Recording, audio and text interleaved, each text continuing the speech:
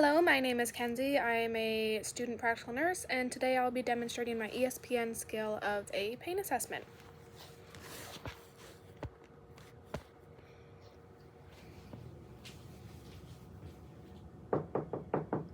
Hello. Hello, my name is Kenzie. I'm a student nurse, and today I'll be taking care of you. Okay. So I'm just going to provide privacy by closing a curtain that would be here and also perform hand hygiene.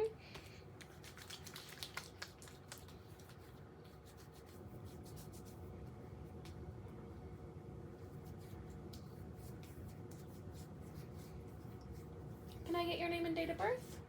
Gabriel Lopez, born October 10th, 1952. And I see that you have an allergy alert here. What are you allergic to? Sulfa. What happens when you come in contact with it? I stop breathing. So we'll make sure that that doesn't happen here today. You won't come in on any contact with sulfa. But what brings you in today? My shoulder hurts. And do you mind if I ask you a couple questions for this interview to get a better understanding? Sure. So to start, I'm going to ask, when did your pain start? Started a couple days ago. Does it increase with movement? A little bit. Does it decrease with rest? Yes. And what does your pain feel like to you? It's like a sharp stinging pain. What area is your pain located? It's in the back of my shoulder. In the back, okay. Does your pain radiate or is it specifically in the back? It's specifically in the back. Okay, on a scale of 1 to 10, how bad is your pain? 10 being the worst. It's like a 3. Is your pain constant or intermittent? It's constant.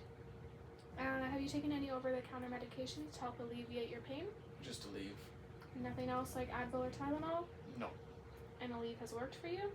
Yeah. And what do you think caused your pain? Sleeping on it weird. Have you had any irregular sleep patterns since the pain has started? Yeah, I started sleeping less. Have you had any other mood effects from your pain? No. Just the irregular sleep patterns? Yeah. Are there any other signs and symptoms with your pain? No. And what is your acceptable pain level? Like an 8. So his pain level is pretty high. While I'm gathering this assessment, I'm just also going to be double checking his physical and behavioral signs and symptoms to get a better understanding of what kind of pain my patient is in, like diaphoresis, if he is excessively sweating, if he is clutching the area that is painful to him, guarding the area that is painful, if he is nausea and or vomiting, stuff like that. And I'm also going to assess his level of consciousness. Do you remember where you are? The hospital. Do you remember your name? Gabriel. Do you remember my name? Kenzie. And do you remember what brought you in today? My shoulder hurting.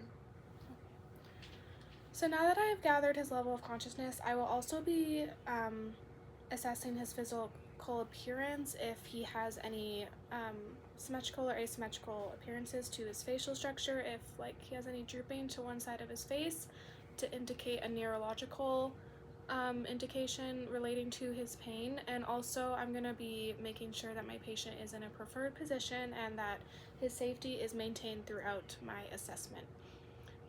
Before I leave, I will also gather any vital signs that I need to and make sure that my patient's legs are down so I get a better reading of his vital signs, and also document any findings that I need to in his chart, as well as, before I leave, always perform hand hygiene.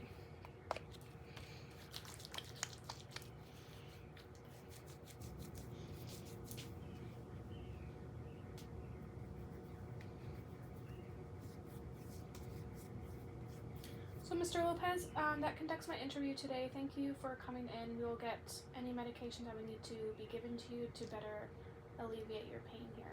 Thank you. Have a good day. You too.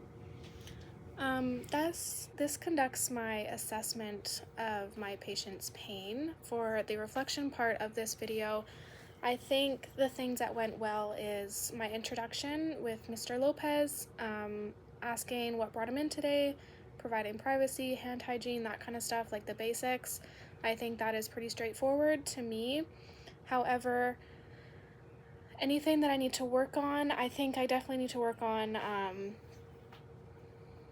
knowing when and how to ask the questions that I need to, not being robotic, making sure that I'm talking human to human, and relating to my patient, not just, like I said, being robotic. But I think that will come with practice, and hopefully I will be better at conducting a pain assessment in the future. But for now, this concludes my video. Thank you for watching, and I will see you next time.